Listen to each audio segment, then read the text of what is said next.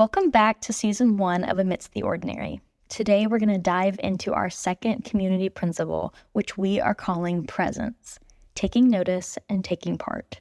We hope this conversation inspires each of us to pause, to see the people, activities, and moments that make up our community, and take part in the things that are around us. So let's dive in.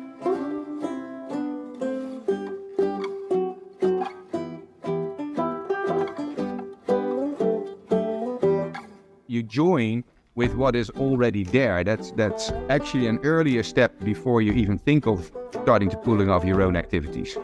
Instead, you build a friendship with people and you see what's out there and you discover the need and then you fill that need together. How will you experience the richness of your community, new or old? And how will you bring your unique self in a way that adds value and creates deeper flourishing? Let's listen to Chris and Judy's story.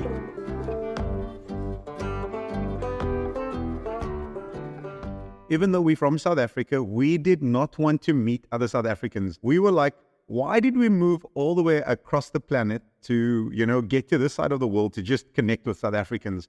So the first thing that we did that was different to some of the other people that we knew from South Africa is that we did not want to join certain places. We wanted to connect in community with, church fellowship and those kind of things, because in Bahrain, it's pretty open to that. Okay. But we did not want to do that in a sort of expat-driven community or in a South African community. So for us, that was a big thing. We really wanted to ensure that we moved into a different country and experienced what a different country felt like. Yeah. We needed to be a part of some things that were familiar, especially because we have a 9 and an 11-year-old. They needed community. As we left South Africa, a movie called Space Jam 2 was released. The boys fell in love with basketball. So before that, they weren't even interested. So moving to Bahrain, the first thing they wanted to do was join some basketball team. So what we found was that really also connected us to some community was that there was an academy that was just opposite the place we stayed at, and they were doing basketball. So the boys joined the team, kicked it out, looking good, and they started playing basketball and really enjoyed that.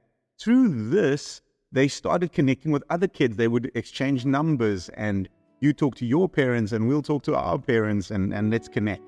And through this, we got to know the boys' parents. We would have dinner at their place, and then they came over to our place. We got to meet some more people. So this is the kind of thing that if you really just open your heart and be adventurous, you can connect and meet people that you probably never would otherwise. Like we see that, that's just God opening up the door.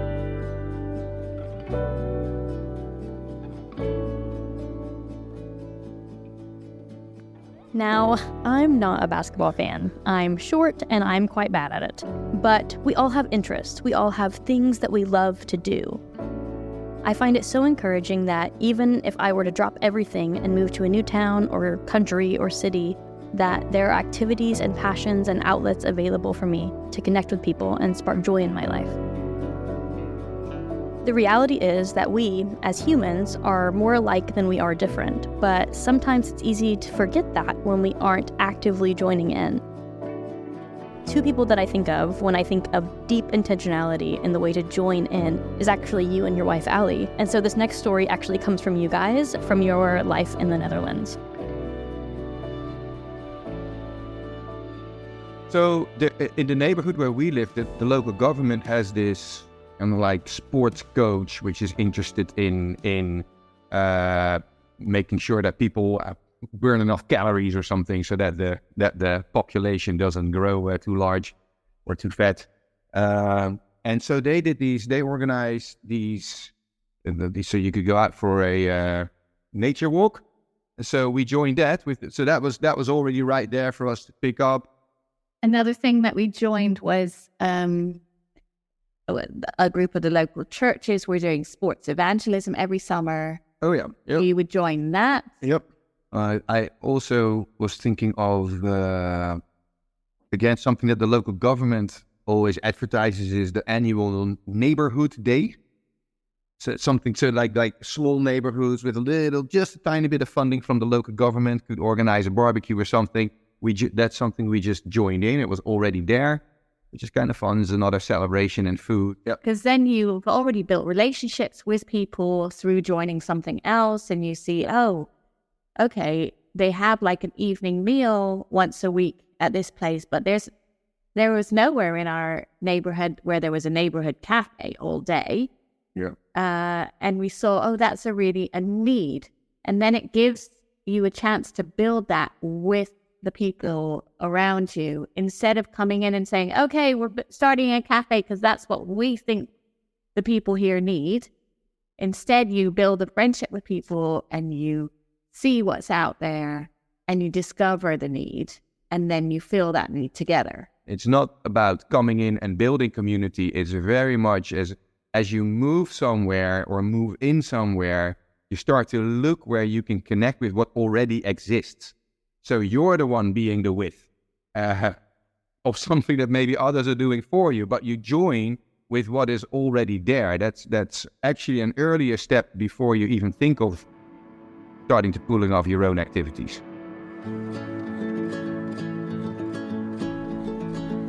That was interesting listening to my own story. But we've just seen so many doors open if you just kind of like lean into the community.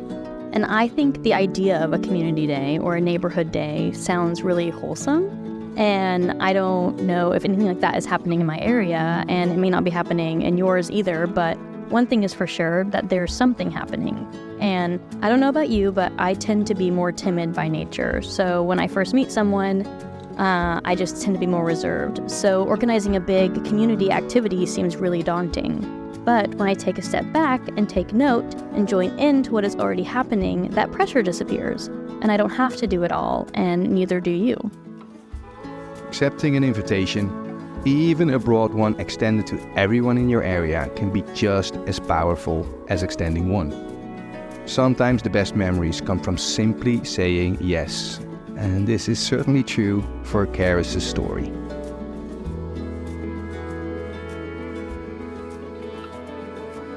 One of the things that has also been very reviving is saying yes to the unexpected. And so sometimes we think we know what's good for us. But for me, the times that have been most energizing have been the times where I've said yes to something that I have no idea what I'm saying yes to. And they've led down some crazy, stories. And so I think one of the ones in the first time I did that, it spurred me on to do it again. And it was in Oman. I had somehow ended up being the Zumba instructor for our community. And my neighbor said, look, can you come to my school and give a demonstration, an exercise demonstration for exercise week to my class tomorrow? I said, okay, yeah, sure. Okay, yes. So I first went to her 11-year-old daughter and I said, what music should I play? And that was mistake number one, because the daughter said Shakira. Don't ask an 11-year-old about what to play at a school event. I had no knowledge of the school or anything else other than that I was going to be doing a demonstration for this class. I assumed the class would be about 10, maximum 30 people. And I turned up to the house early the next morning because I was first up, 7:30 in the morning.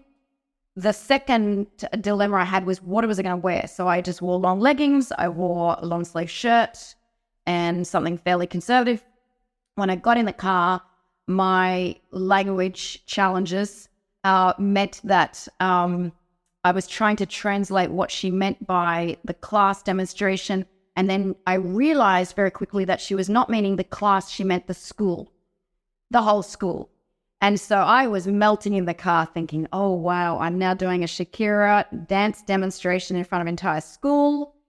It got worse when I turned up to the school and then realized it was an extremely conservative school. So not only are all of the young girls covered, but it's quite militant as well. So you have a person standing up in very, very single files. And what happens in some of the Arab schools is they'll have an assembly at the beginning of the day. It will start with the national anthem, very formal with drums. So the national anthem is playing. I am melting inside, standing in my leggings, which felt like not much because everyone else is dressed in full black The women are only women teachers dressed in full black abayas, covered. And all I can think about is the fact that I've handed my USB to the principal and she's about to play Shakira over the loudspeaker after their very regal national anthem. So I stood there. I thought, I can't go back now. I'm in deep. And so the national anthem finished. And then over the loudspeakers, very loud, Shakira. And I stepped up to the stage and I did my Zumba demonstration. And I am trying to get the children to, join with me. At first, there was nothing. And I'm making a complete fool of myself, dancing away. And the more the song progressed, the more enthusiastically I got, because I saw it more of a challenge. I said, I've got to get these kids to dance.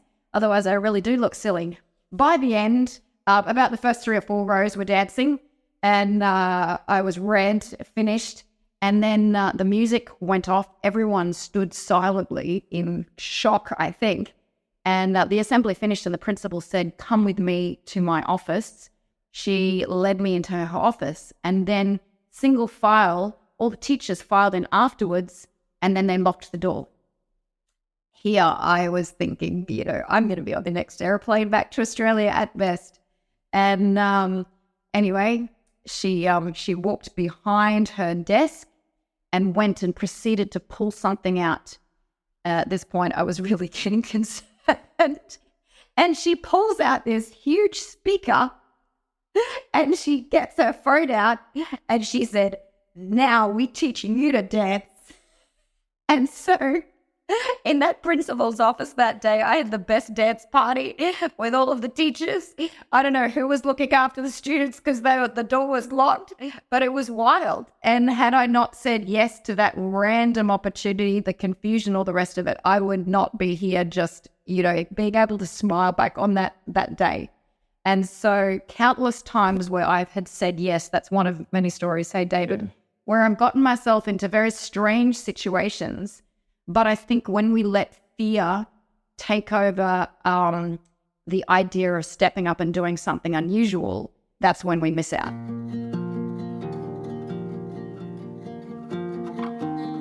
When I first heard this story from Karis, my jaw hit the floor. I would have been mortified. Even now, I can't help but laugh. I think we can all relate in some way to things not really going how we planned. Yeah. Sometimes we have said yes to something, and about halfway through, we really wish we had said no. But even though that experience was anything but what Karis expected, the Lord was faithful in her yes. She can now look back on this and think of all the connections that she made at this little dance after party, of all of the strangers that welcomed her in. Sometimes we just need to preserve a bit longer in order to truly enjoy community. For Karis, she pushed through a silly and awkward experience.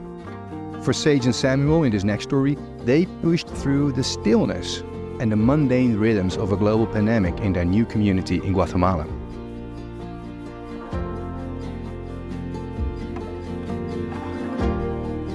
They kind of said to us, you can come for as long, but they didn't give us any kind of way to engage. Yeah. So we were just hanging out with those kids 24/7. There was nothing to do. There's the pandemic. The school was closed down. We couldn't leave the grounds.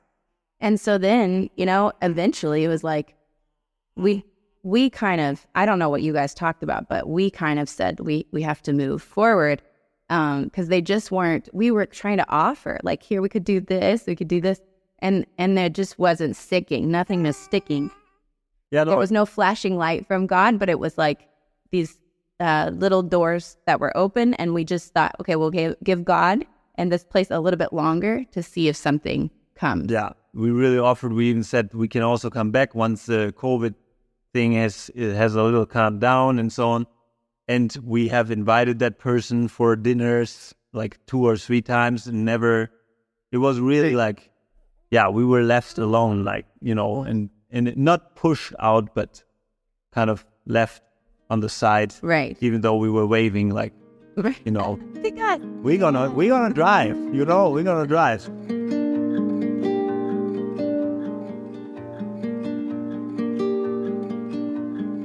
I think we can all relate to Sage and Samuel a bit. We have all had to wait for an answer or for a next step.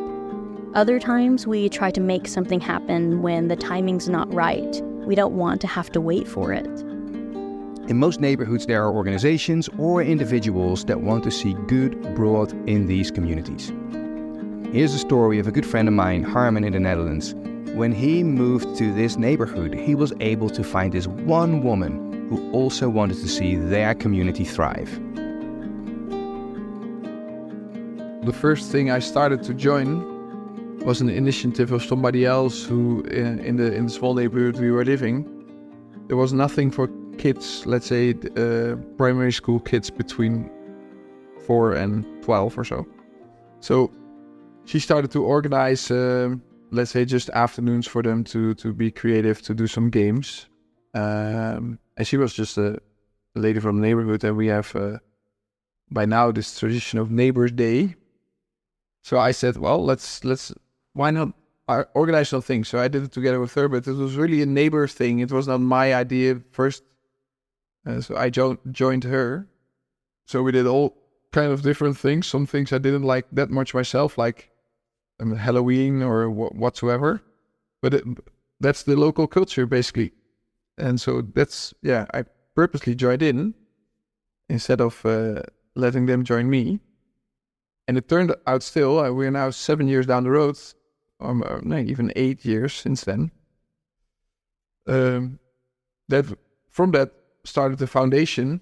One of the starting points also why I started my own business, to follow the neighborhood instead of having the neighborhood follow me.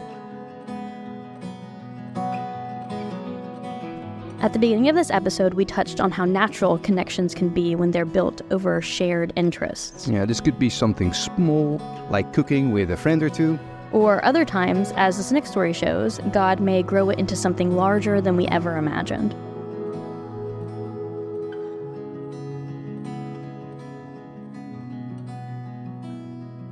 When COVID hit and they had all those restrictions where we couldn't leave our communities, our suburbs, well, I was walking with some men in the evening just to get some exercise, and they asked me, and they said, well, what about if you train us how to do some cross-training in this local park? We'll just jump the fence and we'll do it together.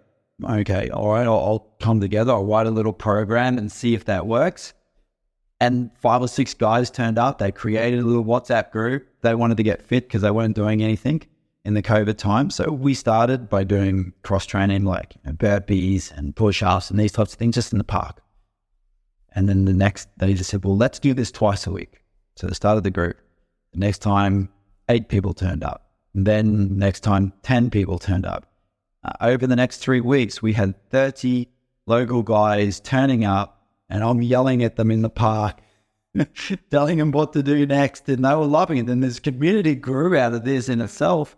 And I'm scratching my head thinking, this is wild. How did I become the trainer? But this was a really interesting experiment where we just started something. Well, we didn't really start it. They started, they asked us to join. And then it just grew because people were, oh, look at these guys, they're getting fit. Oh, they're male. Let's do it together.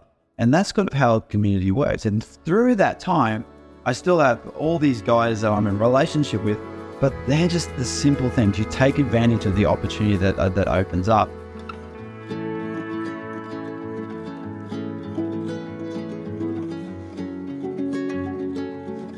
David just showed up in something he loved to do, and turns out this neighborhood loved it too.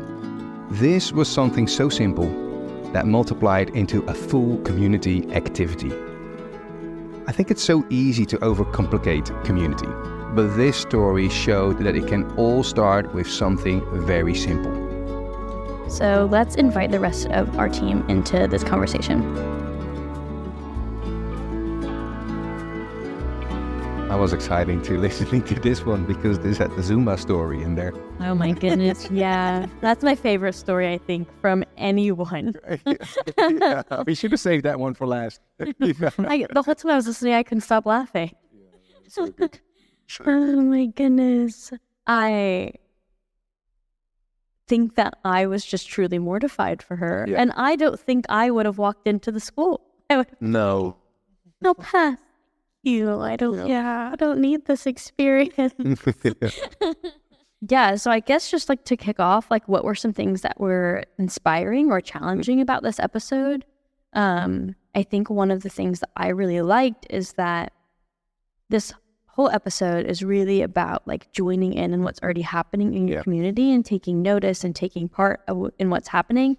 But then we also could see that when you did that, often like opportunities present itself for you to really bring like your interests and things that you really love into your community. Like the last story that we heard, if he didn't know the few guys that he started doing the fitness class or whatever it was with, like, but that was something that he enjoyed doing, but he was part of his community, so they knew that, and then other people are interested. And so, I think that's one of the things that's really interesting about this series of stories. Yeah.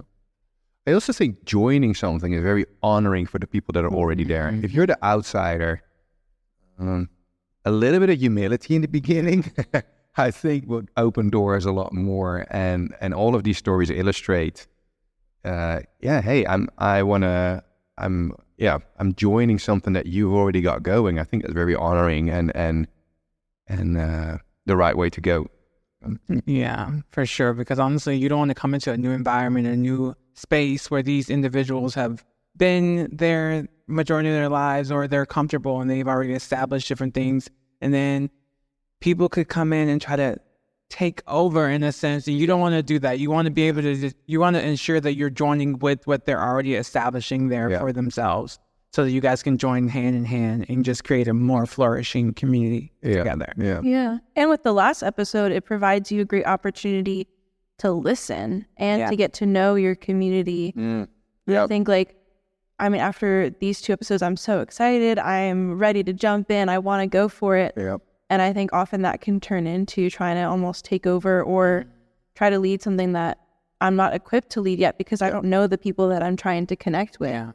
And so I think combining what we learned in the first episode and then this one, it's perfect 1-2 combo.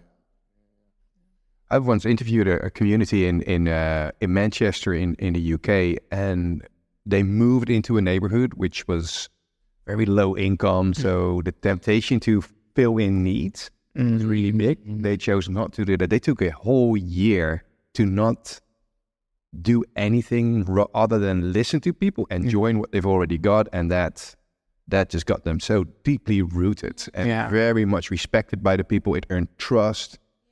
So on both sides too, I'm sure. Yeah, totally.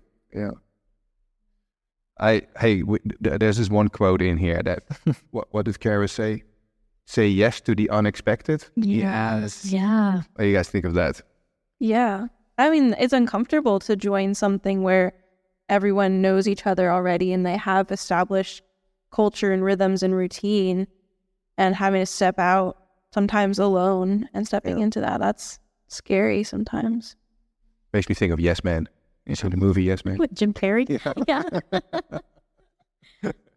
And I'm always for just stepping into the unexpected or just saying yes. Always be willing. If you're willing, you never know what could come out as an outcome of your willingness. So I feel like if you say no or you're hesitant, different things like that, you miss a lot of opportunities that would have been very flourishing with you in those environments and partnering with other individuals in a sense to just, I guess, develop, grow, and strengthen what's already there. So I also think for me, like kind of what I guess I alluded to earlier when we were talking about the Zumba story, I don't know if I would keep saying yes. Like I may have said yes to leading the Zumba class, but then when I got there, I may have been really tempted to be like, oh, something came up, which is but like the consistency of continuing to say yes to things that are unknown and things that are scary and uncomfortable, it's because they might get more uncomfortable. Sometimes I get less uncomfortable because you know the people now, and I think that would be my thing. I didn't know if you had another thought. You look like you were deep in thought. Yeah, I'm deep in thought, but I haven't quite gotten to what it exactly is. Have you guys ever had like an opportunity to join into something?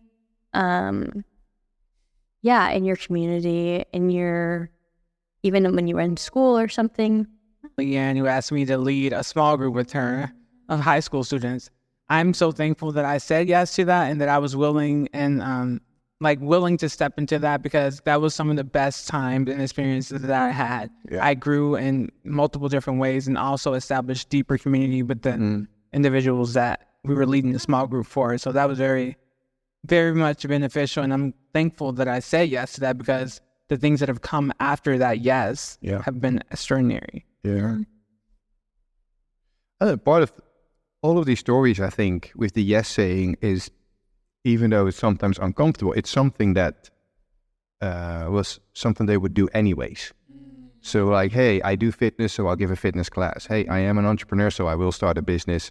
And back in the Netherlands, I did beekeeping and really loved that. And here in Georgia, I found also somebody else that loved beekeeping, and this is how we connected with people in the community. Yeah. So it's something that already exists. Again, it comes from two sides. You're joining, of course, to something that there is already there, but it's even more powerful. Is it something that has your own interest too? So you're not forcing yourself. It's something, although maybe with a small group that was a bit of a challenge. You haven't done it before. I don't know, but I mean, yeah, I've done semi leadership in small group settings, but it was just a different environment, because I guess I wasn't as close with those individuals that was in the part of the small group yet, opposed to my friend and everything like that, because they had been meeting previously. Yep. But once I did say yes and I stepped into that, it was absolutely phenomenal. It just grew those relationships as well. Yeah.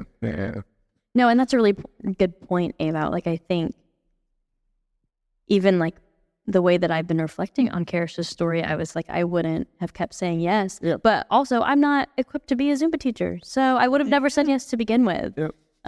You would have been invited for something else. But yeah, you're right. Canadian. Yeah, I would have been cracking jokes for the school. And you're right. And I would have kept saying yes, because even if there was something scary there, I know I'm designed that way. Yeah. Like, if the yes speaks into the way that I'm shaped and I'm wired, then the yeses are easier. Yep. And so that is a very good point about all of these stories. I think I hadn't even made that connection. Yep. Which is cool, because I feel like God so intentionally guides us, whether or not we really realize it, but by gifting us in specific ways, placing us in specific communities that need our giftings, whether they realize it or we realize it or not. God is just so like intentional with all of that. Yeah. I love the whole with people, because I can't escape from thinking of, the name that Jesus got, Emmanuel, was God with us. So if we're to reflect God, then we need to do that with. Yeah. And not come in like, hey, but no, hey, I'm with you. We're on the, Yeah. I love that.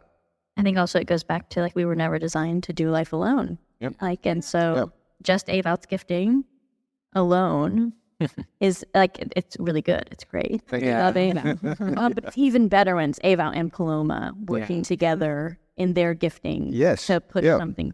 Yeah, I think just sort of, to wrap up, sort of like we wrapped up last episode, like, what are some practical ways that you want to like implement some of the things we've either talked about in the circle or you heard in the episode, so that it doesn't just become something that you've heard and then you forget all about it. Yeah, how do we carry this into our lives? I think not neglecting the gifts and passions that I feel like God has given me. Like, I'm really, like, I love music and theater, and there are several opportunities in my town for those things, but I kind of have the mindset of like, oh, I'm probably not good enough. But those are great opportunities that I can join and be with people and build community that way. That's not me coming in and trying to start something new. Yeah. I guess I just want to be surprised with something unexpected, and then like a little bit like the Yes Man movie. And let's give myself one yes that I have to use. Yeah. Almost like an opposite veto. Okay, I might not going to say yes to everything, but I'm going to take one and like, okay, when it gets maybe a little unexpected and maybe slightly out of the comfort zone, let's just give it a shot. Yeah. And one thing that was also in the episode, if you do it wrong, it's fine to just stop it.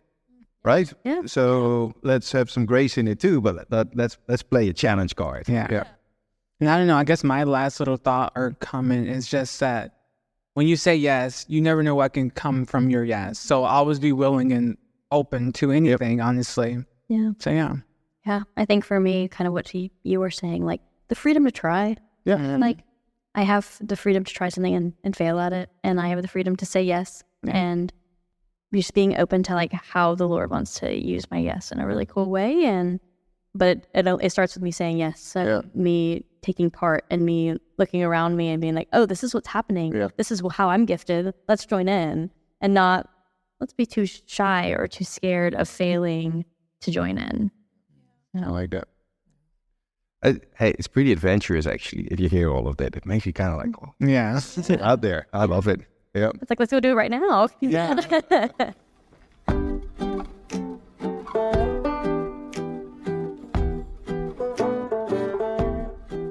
Authentically showing up in the places around us can be difficult. It takes practice. We hope this episode encouraged you to show up and join in. In our next episode, we'll be discussing one really practical way to join in, around food and celebration. And don't forget, these episodes are just the beginning. Make sure to go deeper by signing up for a free 10-day devotional linked in the podcast notes or on our website, scatterglobal.com. Music for this podcast was provided by Zach Winters from his new album, Shade of Indigo, which you can stream everywhere. You can find more about Zach and his music and poetry at zachwinters.com. This podcast was produced by Pete Hicks and the Mycelium Collective in partnership with Scatter Global. Concept and design for this podcast by Peter Jan Rodenberg, Alyssa Valentine, Kristen Boyd, Ewout Van Oosten, and Pete Hicks. And recording engineering help from Doug Dommick.